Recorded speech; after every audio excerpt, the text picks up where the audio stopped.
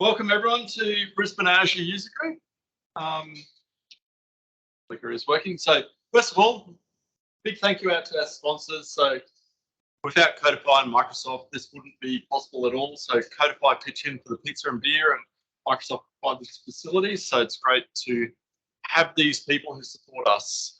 It's really awesome. They're both great. All right, so getting involved. Now's your opportunity. If you're keen to step up, step forward, we'd love to hear from you. We've got a few people, and I think we have some next year as well, don't we? Yes, we have January already. January already. For December. Oh, that's my mistake. So if you're keen to step up and give a bit of a presentation, it doesn't have to be a full thing. It doesn't have to be about new technology. It can just be about your experiences. We'd love to hear from you, and good or bad, but preferably kind of good and preferably kind of attached to Azure would be nice. Yeah. So step up, let us know. Our email is there for Meetup as well. So we'd love to hear from you. Job opportunities, I'm going to flick over to Dan. Yep, absolutely. If you're interested in a new adventure, we are hiring at Deloitte. So Deloitte, probably best known for its auditing and, financial stuff, tax management. The largest part of Deloitte is actually its consulting business. And a big part of that is our technology consulting. So we have platform engineering, cloud engineering, strategy and architecture, Deloitte Digital. So there's, lots and lots of opportunities there. We get great clients. So even if it's not necessarily Microsoft, we also do Amazon, we do Boomi, we do Google Cloud. So yeah, absolutely. Reach out to us if you want. You can scan that QR code, or you can just come talk to me. And most importantly, there's a lot of great people at Deloitte too. So yeah, don't judge it by me. Awesome. All right, so updates. What I've done this month, it's almost as if something big is almost about to happen. There's a few things that have been announced to be decommissioned in Azure, so I've tried to group them into bits of areas so that you can actually see what's going on. So if you're using some of these technologies, take note. You might want to check into it. There's a lot of stuff in Azure that's announced to be decommissioned. So this is a less fun presentation, but more of, it's kind of important. So if you're using VMs, you're using any of these things here. So Azure Classic resources, I know our organization is absolutely using Azure Classic and they're panicking beyond belief. So that one's not good. And there's also, I think I've missed something. There's also some part of Azure Classic that's getting turned off in Classic cloud service. And there's also something to do with VMs that's getting shut down 2023 in March. Yeah, classic VMs. Classic VMs, yeah. I don't have that there. It's getting out. It's probably because it's already announced. That's probably why. So these are the ones that came up this month. So anyway, if you're using Classic, be aware. DSC, HPC. I don't know how many people are using HPC. I'd love to speak to someone if they are. And continuous delivery settings. It's not a big deal, but moving to Azure DevOps is the recommendation. So web dev. A few things that piqued my interest here was static web apps. Has got a few things, and then app service support for Ruby's gone away, so containers is your path.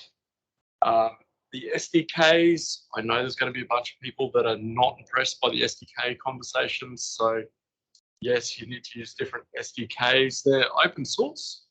And I think the message is, if you want to support yourself, you can grab it and go at it. But you're probably better off going on to the new SDKs. But the only other one that I'll add in here is .NET 5 is already done, right? So if you have .NET 5 and you're running that, that's already out of support by a lot. So while we're in that support conversation. All right, cool. So batch, there's a few things in Azure Batch. Let's getting going.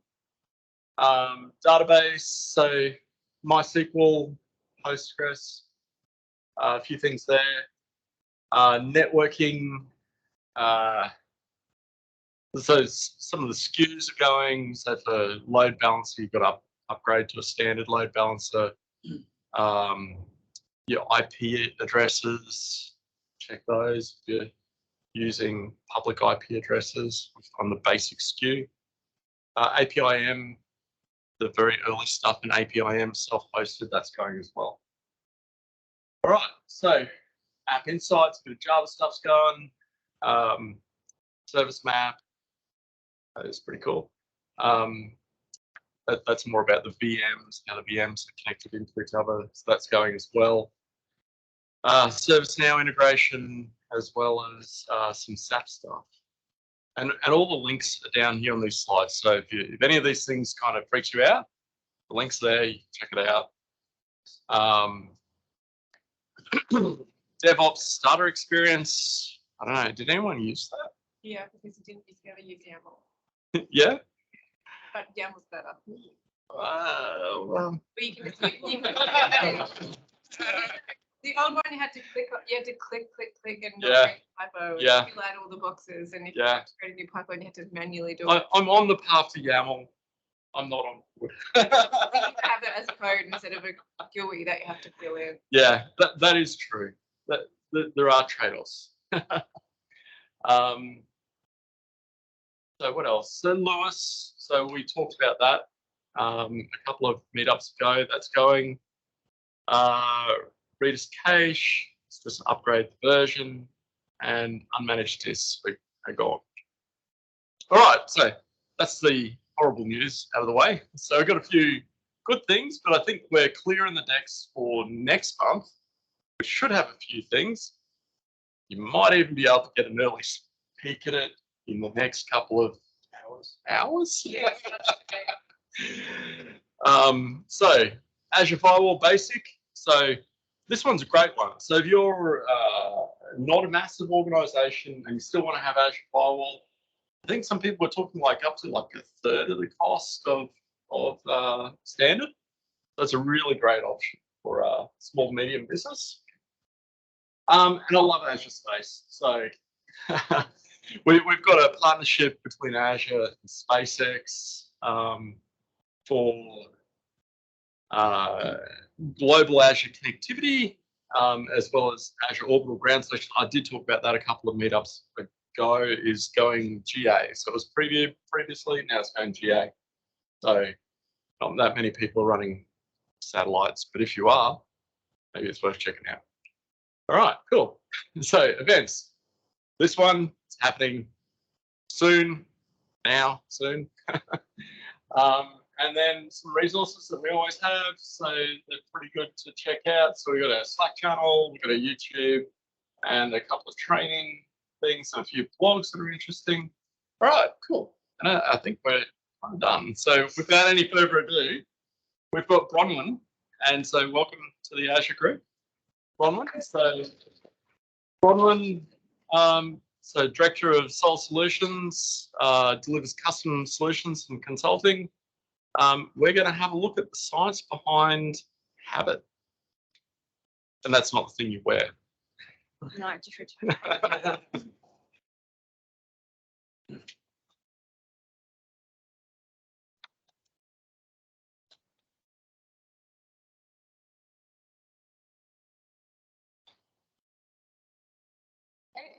So before I start, I will confess that there is not a lot of specific Azure stuff in this talk. So this is a concept talk as opposed to an Azure specific technology talk. So tonight I'm going to talk to you about building better systems, boosting accessibility for the default load network. Now there's a lot in that title. So first we sort of need to unpack what a few of those things are. I'm going to start with what is better. When I think of better, I don't think of the latest framework. I don't think of the latest design pattern. And I don't think about shaving the last couple of seconds off a query to improve performance. I was talking to a 15-year-old girl recently, and she was asking me about what I do for my job. And when we talked about it, and she realized very quickly that I've been doing this for longer than she's been alive, it sort of shocked her a little bit. And she looked at me and said, how can you do the same thing for so long? And at first I resisted the temptation to, tell her the obvious, like I have to eat and, I have to pay a mortgage. And I paused and I thought about it for a minute. I said, essentially, I enjoy the fact that I make people's lives better. So I thought about that a little bit more and thought about the different concepts that involves. And I came up with what to me were the three main principles behind what makes building a system better. Principle number one, that we want to help connect with people. Humans are a social being. We like to connect, we like to communicate, we like to express ourselves. Our system should help us do this well. Systems should help me feel good about myself. Just like when jumping in that puddle just feels good, using a system should make you feel good as well. Has anyone ever sat and watched a user experience session or tried to help a family or friend use a system and you hear words like, no, I'm just too stupid for this. This system's too hard. I'm no good at this. Then you're probably missing this principle. My third one is the system should be personal and smart enough to understand me. Again, if you've ever heard users say, well, the system should have just got that, that's what I meant. Or I'm just not smart enough to let this system know what I'm doing. Again, you may have missed that principle. Has anyone ever experienced building a system where you get those emails from users thanking you for the difference that system has made to their lives or their job? It's made their day better. That spark in their eyes when they light up when that feature that you put in that simplifies their process and cuts hours off their day. It's a really good feeling for you, but it also reminds us that we can make people's lives better and we can build systems, not just software, better. So to explain some of these other concepts, I was going to start with a bit of an exercise, and this one is around numbers. So what I'm going to get you to do is I'm going to show you a set of numbers. So then I want you to think about how you would enter those numbers.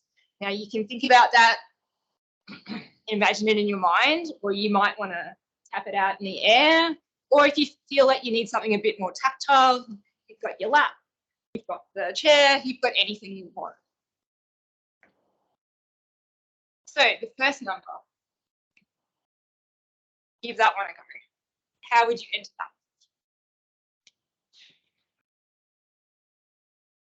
Everyone's done that one? Try another one. Getting the hang of it. How about one that's a little bit longer?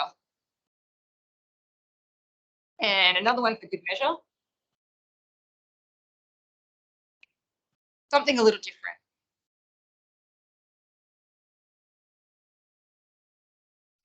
And finally, so a couple of little tricky ones in there. So as I go through the next couple of pictures, just let me know if any of them resonated with you when you thought about those numbers. Entering those numbers, did anyone think of the layout of the number pad? A couple of people. Anyone think about using a calculator?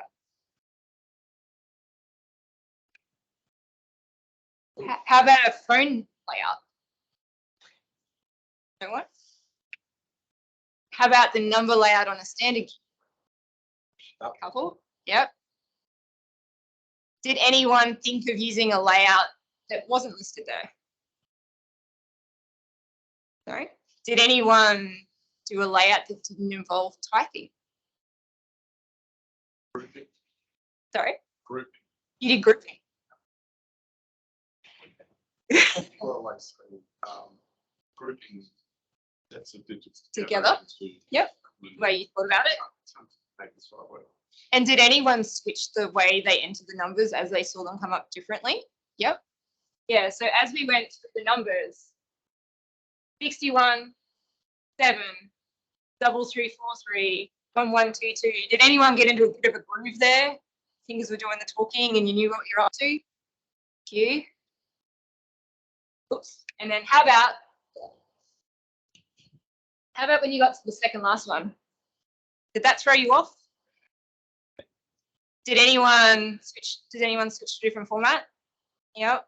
And did anyone have trouble and have to think for a minute about where their fingers were going to go next?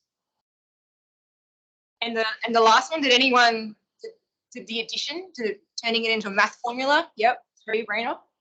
Yep. So when you're in those first four and you're in a bit of a groove, you were probably experiencing what they call default mode network.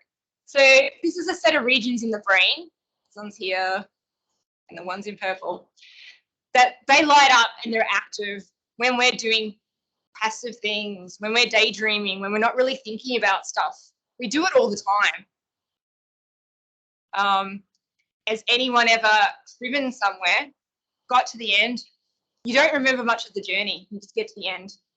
Or you're driving somewhere and you take the wrong turn because you're going somewhere that you don't normally go every day, or you've missed a detour. You were supposed to go pick up the bread on the way home and instead you ended up at home without the bread. Or if you're like me, when you're working from home, sometimes you find yourself in an open fridge. You don't feel like you remember how you got from your desk. Or you go out and you're like, I don't remember, did I turn off the stove? Did I lock the front door? A lot of those times you may be using your default mode network. And then for that time there where you switched and went, oh, that number is different, and you're actively starting to think about it, at that point, you're probably not using that part of your brain. You're using the different part of your brain. So those are the times where you're doing intense thinking. So if anyone's ever learned a new skill and you're doing something brand new for the whole day and you're really tired, it uses a completely different part of your brain. A lot of people would refer to something like the default mode network as autopilot or muscle memory. A lot of us do it. Most of us do it, I should say. I've been aware of the concept of, being on autopilot or muscle memory since I was a little kid, but I didn't really fully understand how that affects our brain until I observed this gentleman. This here is Pat. He is a retired cartographer. He also studied mining engineering at university. It involves quite a bit of maths. He also has a degenerative brain disease called frontotemporal dementia. And for full disclosure, this is also my dad. How this presented, if you haven't heard of this type of dementia, initially he used to start to mix words up. And then as the condition progressed and it got more obvious to outsiders, his reading deteriorated and it was like listening to a 6-year-old. Now, at the point in his reading ability where he could barely pick out 1 or 2 words out of a full page of text, he was fully able to use his laptop every day. He would get up, he would come out to the lounge room, he would turn the PowerPoint on, that generation, he'd walk over to his laptop, he would open the lid, he would press the power button, he would open the website, log onto his superannuation account, look at the balance, look at the graphs, write notes down, even though he couldn't read them back later. He would log onto the Bureau of Meteorology site, look at the weather for the week. Sun, rainy. He could log on to Facebook, scroll through his favorite groups, and look at photos. And it'd take up quite a bit of his day. So knowing that his computer was quite old, really slow, and it could die any day, I thought I'd do him a favor. And I gave him my old laptop and I set it up exactly the same. Handed over, set it up, called mum a week later. Like, oh, how's it going? She's like, yeah, he's not using it. He can't use it. I'm like, he can't use either of them? She's like, no, he can't use the new one, but he's using his old one. It's really odd. So I thought, it's time to observe. So went back, sat there, watched Dad, gets up, comes out, Turns the PowerPoint off, opens the laptop, shuts the lid, grabs his old laptop, totally fine. The difference between these two laptops, both Dells, both set up exactly the same. This is my laptop. The power button there is on the right side. His power button is on the left. No matter how many times I tried, we could not get that to stick. So, all good. He went on and used his laptop. As time progressed, things changed. I got a call from Mum saying that Dad was really upset that one of the apps that he used isn't there anymore. Okay. Came over because Dad was having trouble trying to express that because his language abilities had been impaired. Sat and watched. Well, in fact, the app was still there. What had happened was the site had done a slight rebrand, so the favorite icon on his desktop had changed. It's still in the same position. For some reason, we managed to get to retrain him to still click on that one. And I don't know if it was because nothing other than the color of it had changed. It was fine. Could continue on his day. Then the super company that he's with, they got bought out and merged with another company. And the website completely changed. Because he can't read and he can't understand communication, he could no longer use that website. He could not log on, find his balance. He could not help himself. And that part of his day then disappeared. And as time progressed, more and more things slowly moved to the point that he couldn't use his computer anymore. So why do I tell you this story? It's a very big outlier and it seems like a very small percentage of people. But when I thought about it, I thought this is also me, but I don't have the degenerative brain disease yet. These are my two laptops. One on the left and one on the right. One on the right is my work laptop that I sit at during the day. One on the right is my little Surface laptop that I call my surf in bed while watching Netflix laptop. What I hate about these laptops is the power button and the delete button are in the same position, but they're flipped. So at the end of the day, I'm in my default mode network, I go upstairs, I get on my laptop, and every time I'll hit the delete button, go to hit delete button, screen goes off. So again, I have to flip back into my active thinking mode, and then I have to think, which laptop am I on? And which way is around is this laptop? And really have to think about it every time. And then invariably in the morning, I do the same thing over and over and over again. It's super frustrating. So while this example is not something that developers and software developers and Azure specialists would normally do because we don't build hardware, it's an example that if we build a system that we can fix it for my dad, we can fix it for me. And basically, that is the principle of inclusive design. So if you can fix the problem for one, you extend it to many. It has a spectrum of different abilities. So if you look at my dad, it would be on the permanent scale. So he's got a degenerative brain disease. It's only going to get worse. For his particular type of dementia, there are between 700 and 2,300 cases in Australia. It's pretty rare. But cognitive impairment isn't just for permanent people, right? We move along the spectrum to temporary. You can be temporarily impaired. And e.g. in 2020, there was almost 28,000 people that had a stroke for the first time in their lives, which equates to about one stroke every 19 minutes. Now, I don't know the details of those statistics, but a lot of those strokes you don't die from and you may recover from over time. These people are temporary. Another cognitive impairment that you may face is concussion. In Australia, there is generally 3,000 concussions per year. Again, this can lead to all sorts of cognitive impairment, tiredness, difficulty concentrating, inability to read. Move across the spectrum more, and we get to situational. So it may be momentary, for a day, for a week, very temporary. These people have problems as well.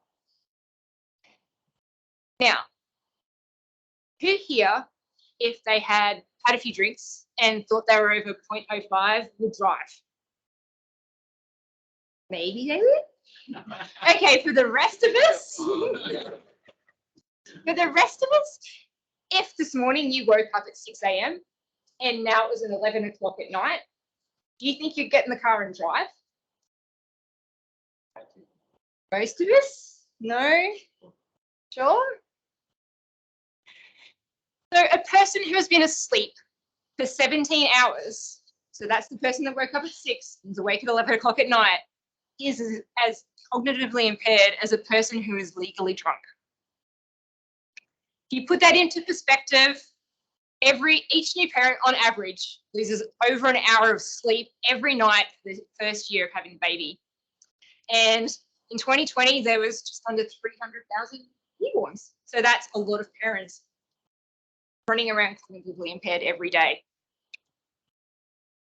What else is really common is stress. 1 in 5 or 20% of Australians over between 16 and 34 had high or very high levels of psychological stress. I'm sure in the last couple of years, especially with COVID, many of us would have experienced this as well. So out of those last two, like I don't have kids, but I'm a wildlife carer. So if I have to feed little Joey possums multiple times a night, I tell you what, I am definitely cognitively impaired after the first couple of days. I am wiped. For stress, I've definitely had this situational stress. I had an assessment recently where I thought I was fine, and they hand me the iPad and I have to fill out my email address and sort of muck it up halfway through. And I go to, my brain just doesn't work. I cannot fix it. So in the end, I deleted it and just started again, and my fingers did the talking and went back into default mode work and filled it out. Anyone else that had suffered from stress or sleepless and found that, yeah, their abilities are impaired? Yeah. So in summary, for the inclusive design, if you can fix for permanent, you actually go from 2,500 people all the way up. You're covering over 600. You're covering over 6 million people just in Australia. So if we go back and look at Dad's computer journey, one of the first things he has to do is get into many systems. And this is a really massive area. And as a whole, I'll just call it user access. Why is it so hard? I'm sure that you have seen many examples as well. There's lots of horrible login password things where they try to trick a user. Instead of just asking you for your password, give me the 4th and 8th character. Instead of asking you to enter your phone number, enter the last 4 digits. Oh, geez, let me think about that for a minute. Then we have get this contact code, get this one-time password, prove you're not a robot. Pretty much, it's a hot mess right now. Now, there's a lot of things that we can do to sort of mitigate this at the moment. You have the password managers. You can use a device like a BB key, or you can use a Windows Hello or another device to help you log in. But it's still pretty horrible, and hopefully soon we'll get away from it. But what I wanted to show you was a very specific example so that we can think about it with our users. So what we're going to do is we're going to create a Microsoft account, and I'm going to show you an evolution of the experience that has happened over just the last couple of months. And to do that, what we're going to do is we're going to practice some empathy. So I've got a selection of users here, and we're going to do it thinking about their abilities, their situation, and how it would make them feel when you think about those principles. And to do that, it'd be really good if I could get a volunteer to help me be empathetic. Anyone want to volunteer? No? Come on, Dan. You can come up, you can come and look at it on the screen so you can see it better. That's what we call you, Anna.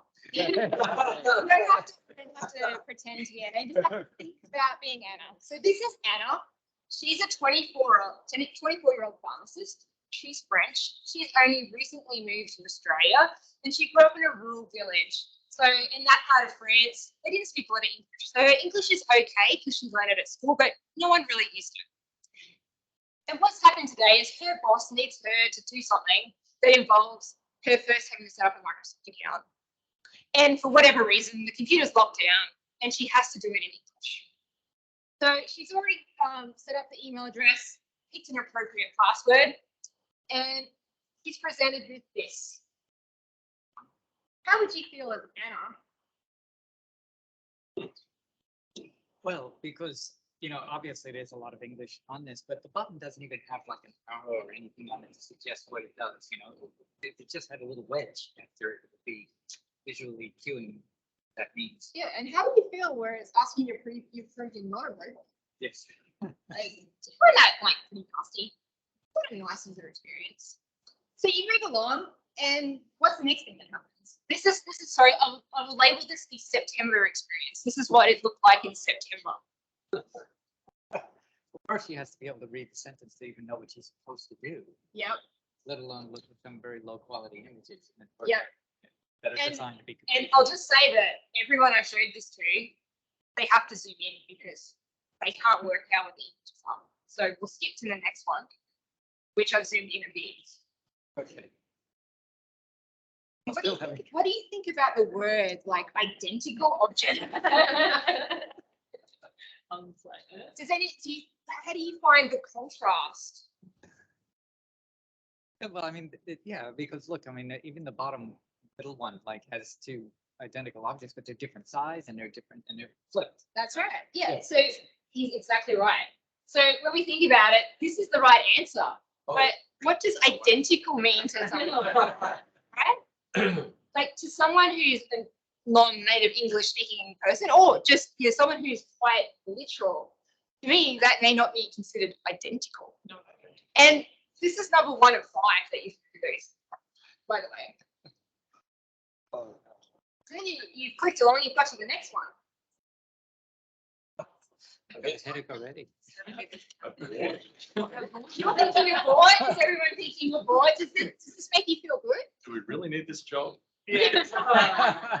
So you keep clicking along, you're still going. And you get to number 4, and because you must have got one wrong, it tells you now there's 20 to do. You're up to 4 of 20. How are you feeling at the moment?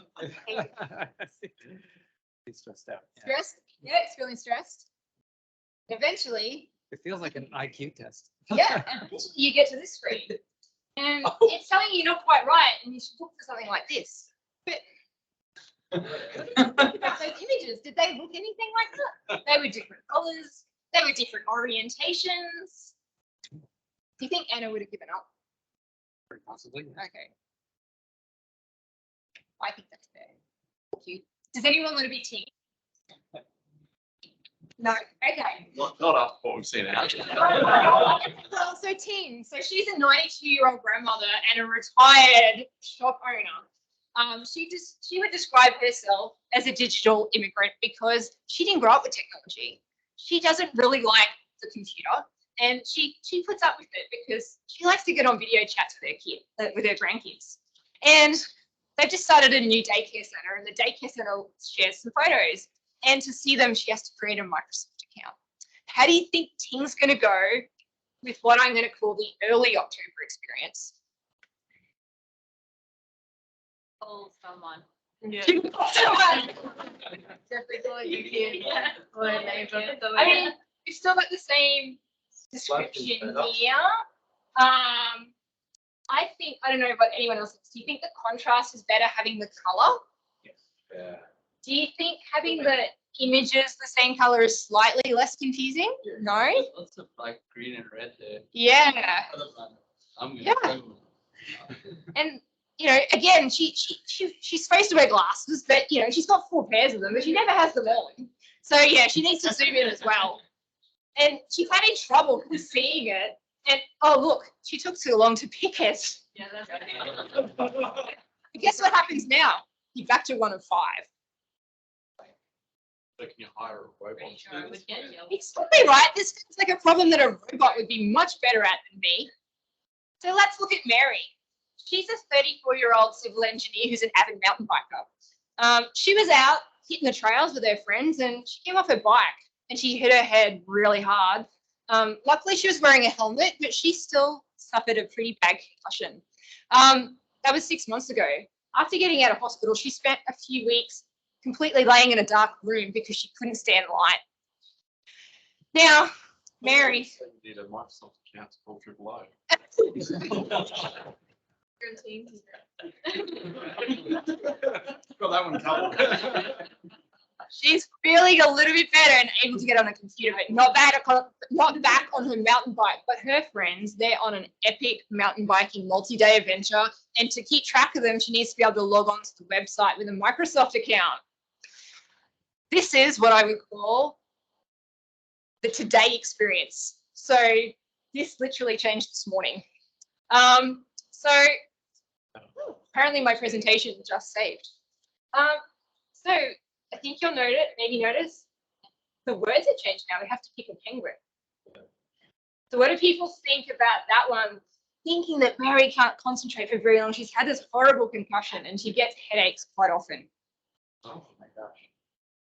Does that even, I don't know about you, but does that even look like a penguin? Yeah.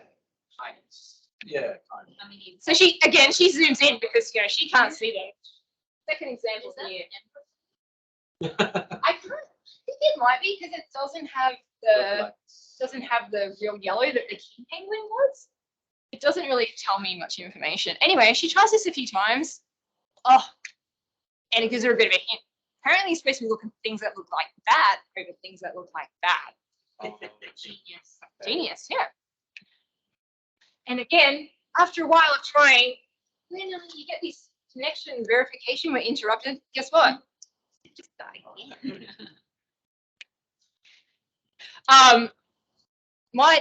The time, I'll skip this one and I'll go to the last one. So now you're Bruce Willis. You are a 67-year-old retired actor. In a bit of trouble. He's in a bit of trouble. Bruce has aphasia, which is very similar to what my dad has. So he has a lot of trouble reading, understanding language. So he went to the Today experience and went, no, sorry, mate. But somehow he notices this little button down the bottom here. It looks like a speaker. So this is apparently the more accessible option. This is the audio challenge. Unfortunately, I couldn't download it. But yeah, it plays different challenges. So you have to listen and work out which person has only one person talking. And you have to type your answer as a number, then press enter or the done button below. You play that, there's a bunch of noise, people talking, and it tells you the options. You have to type here and press done. Now, I think that's got more words than the non-accessible option. So yeah, Bruce wasn't quite sure what he was doing here and he's clicking around. Please enter a number. Okay.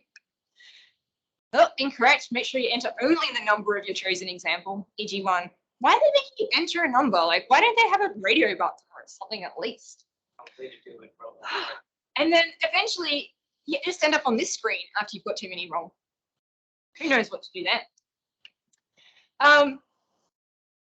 So I would summarize that experiences when we think about those principles as really low for helping people connect and communicate, really low about feeling good about yourself, because I didn't feel good about myself when I looked at going, which of these are very difficult? And definitely not smart and knowing yourself. So let's park that one for now and hope that tomorrow's experience is better. Moving on to a different example, when you're using computers a lot and using systems, a lot of the time you answer lots of questions and they can be built up from existing paper forms, or we might have to come up with the questions ourselves as designers. A lot of us don't have any training on how to do this properly. And I don't know if there's particularly a right way to do it, but I've seen lots of ways that are wrong. I want to show you 3 examples of ones that I see people get stuck on a lot. So first is the double barrel question. So this is Tim. He is a 53-year-old actually, truck driver. He's been doing a long haul across the country and he's got the end and his boss has asked him to do a workplace survey. Okay, so this is the question he gets asked.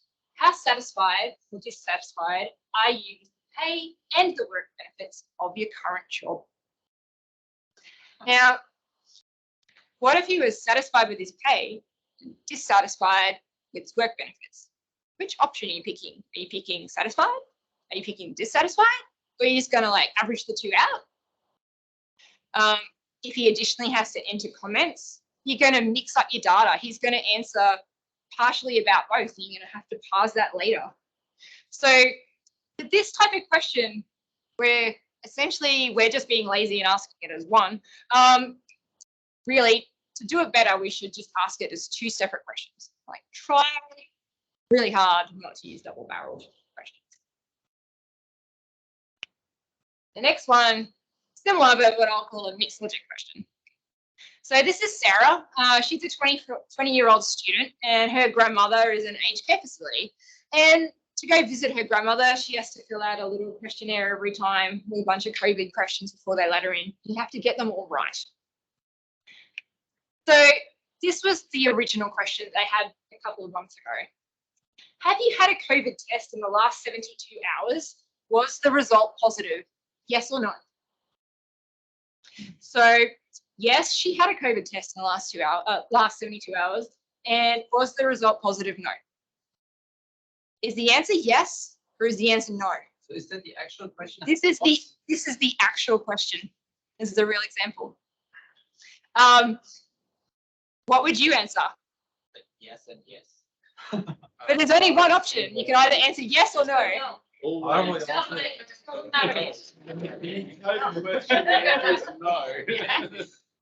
You know, the first time you see this question, like, I don't know about you, but for me, I just went, have you had a COVID test in the last 72 hours? Yes, continue.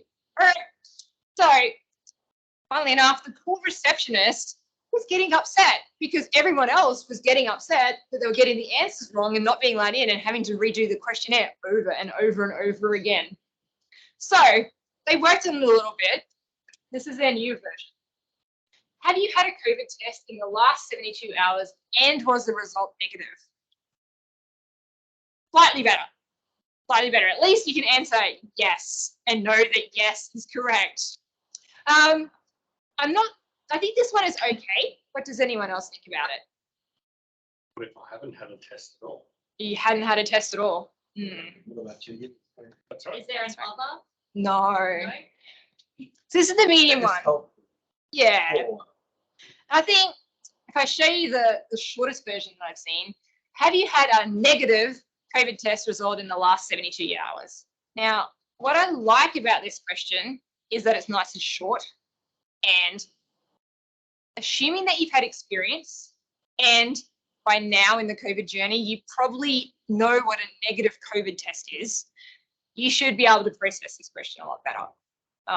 They definitely have less people at the front door complaining that they're not allowed in the building because they pressed the wrong button. So think about the logic order of your questions. The third type of question I wanted to go over was what I call evidential questions, where you ask someone to provide information and evidence to support it. So here we're going to talk about Leslie. She's a 37-year-old accountant, single mother, and she's had a rough couple of years. She's been undergoing a lot of chemo for leukemia. So many of us may have gone to the doctor and they bulk bill, or the doctor has the system hooked up, so it'll do the claim on your behalf and refund in your account. It's pretty easy bar. But Leslie here, she was fortunate enough. She had private health insurance. And what that meant was she got a private room in a private hospital. But I don't know if anyone's been in a private hospital, but once you do that, all of the pathology is charged and you have to put it through the Medicare system separately, claim for it, then claim it back from your private health. So Leslie's had, because of leukemia, she had to have blood tests pretty much every day, maybe multiple tests a day. So now she's feeling sort of well enough to progress through all her Medicare claims, and she's logged in. And this is an example of the screens that I've taken a screen grab of. So you have to avoid an inverse for service. And then the first question it asks is, do you have a statement of claim and benefit payment? Anyone know what that actually means? Everyone I've watched use this question will either guess, and if it's wrong, start again, or get it right. Next question, who received the services? You can only make one claim, okay, whatever. Next question, Have you paid for these services? Do you have payment?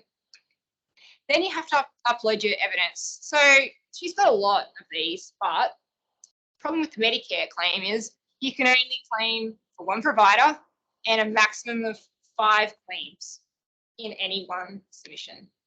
So then she goes through, she starts entering these in. They ask her a lot of information, but you know what? Those invoices, and I've redacted the important information out of this invoice, obviously. All that stuff's already here. We've got the date of service. We've got the provider number, the item number, the fee, everything that they need. But she's having to enter that again manually. Now, Leslie, she has to manage this herself because of the 5 limit. So she has an Excel spreadsheet with 600 items. Can you imagine sitting there and entering that 5 at a time and trying to keep track of where the system's up to? We could definitely do better here. The first one is, why don't we scan this for her and fill out the information that we already know for her and help her fill that out so that she doesn't have to manually data entry it? And why is there a 5-item limit? Why would you make someone sit there and turn 600 items into multiple claims and then try to keep track of them? It definitely fails on the making me feel good about myself, and the system is definitely not smart and knows about me. Do you think that's just deliberately to deter people from making claims? Yes. Yeah, that was my thought too. I think it's because they manually process them. Like, I think because they're like claims officers process them. So this is a real, like, name has been changed, but this is a real person. The claims get rejected. So she's had some that, you know, have been bounced back multiple times that are eligible, but then they've also then paid the same claim 5 times. So like her spreadsheet is a nightmare of trying to work out what's left. And then she still has to go and claim it from her health insurance. It's really not nice, especially like you've just gone under one of the most stressful things that you could do in your life, right? Anyway. So I think when we think back to all these principles, I think of all the systems that do these well, I think there's a lot we can learn from games and game mechanics. And when I thought about it, I could probably do a whole talk on different game mechanics and how we should build them into systems and software. But if we think back to the 3 principles of what I think is about building better systems and where games do these well. So games, helping me connect with people. Games are all about connection. You get on, you play with your friends, you communicate, you express yourselves in different ways. They've been doing it forever, even before we had computer games. If you think about games making you feel good, that's what they're all about. That's why we get on them. If you've ever gone down a rabbit hole in a new game, it's because you feel good. You tick off those tasks, you get those achievements, you unlock a different level, you move up from easy to hard, you beat the enemy.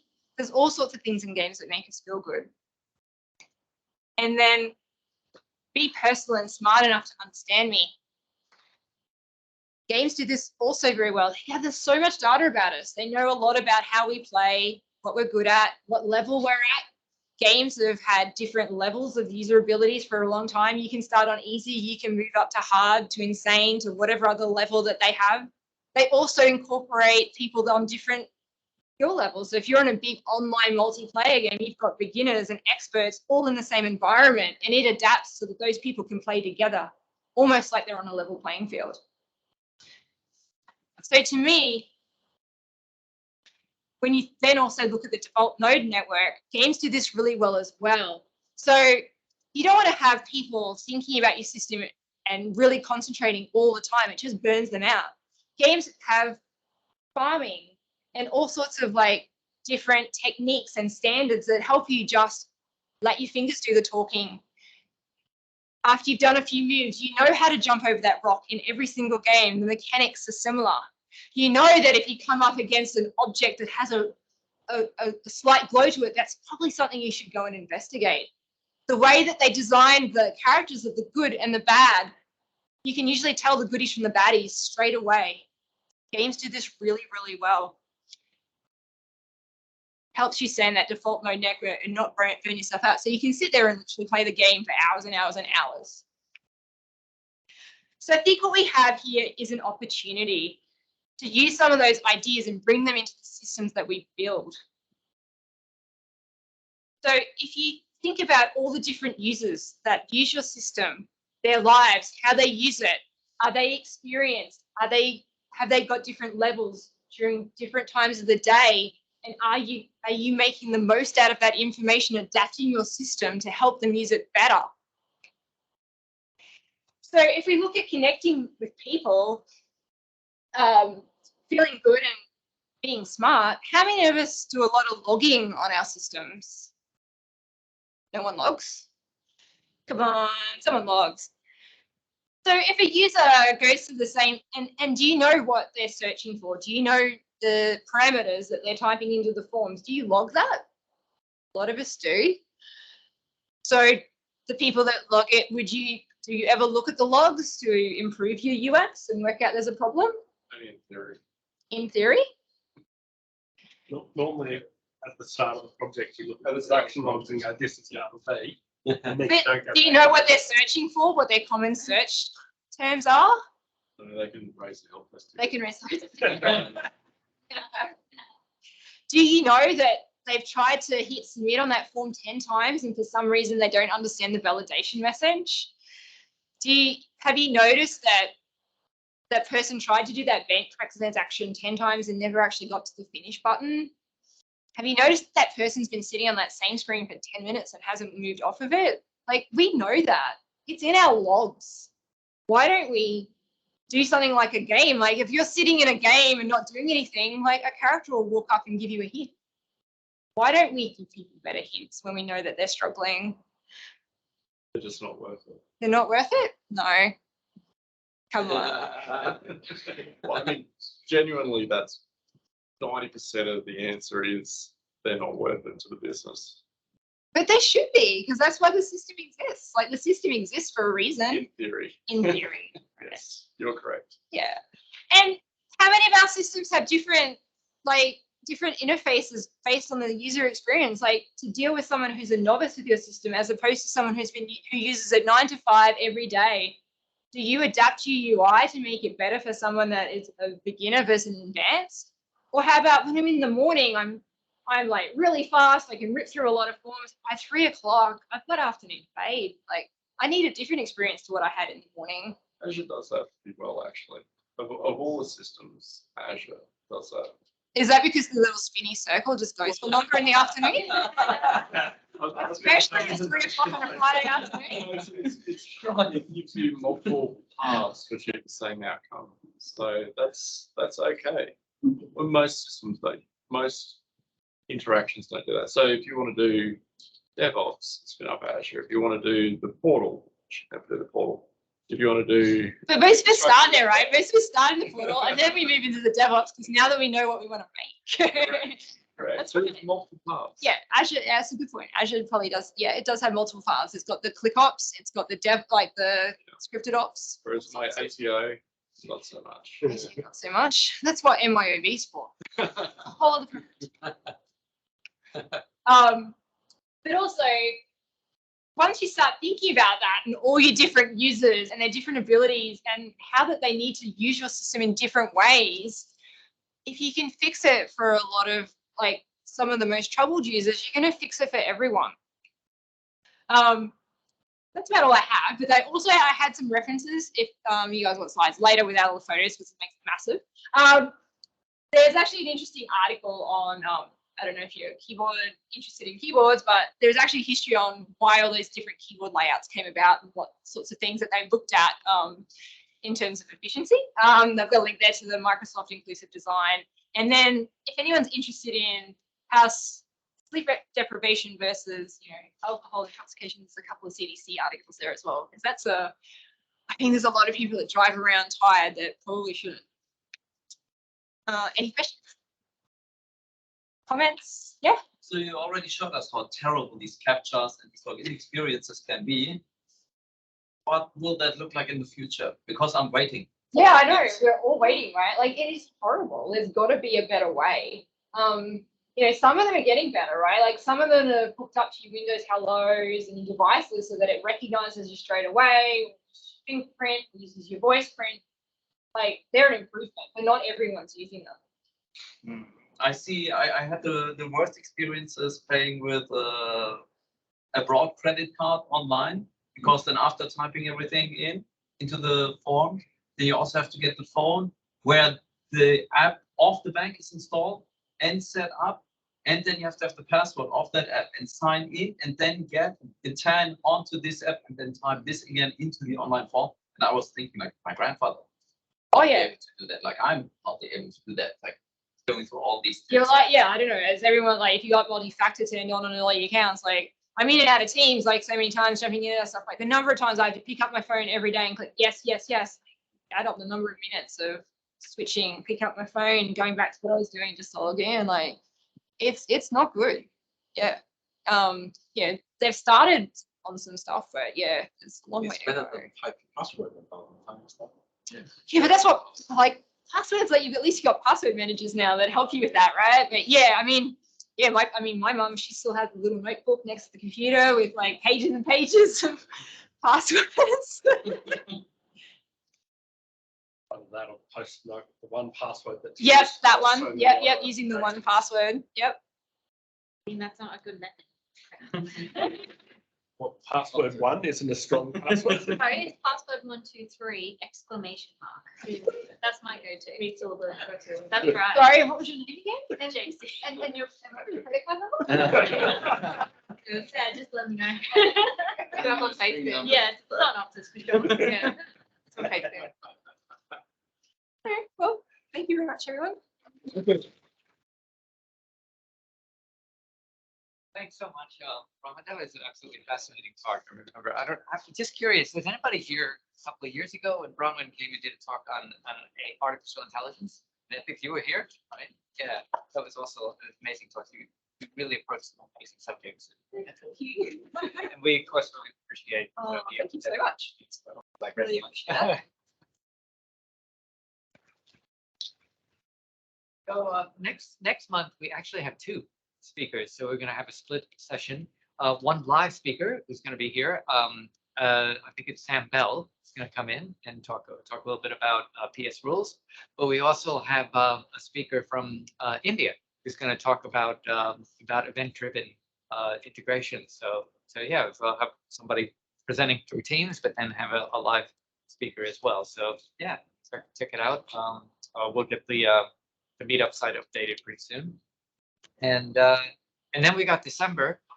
So I know we have a couple of people who are going to give shorter talks at that one, but we still have room for a couple of more, like, short, sharp presentations. So you don't have to have slides. You don't even have to have a demo. You can just get up and talk about something exciting you did at work that you're allowed to talk about and share that. So, and then we'll wrap up for the year. So.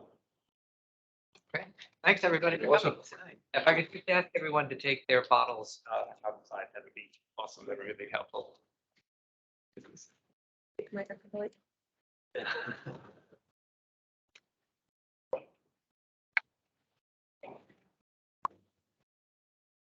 So,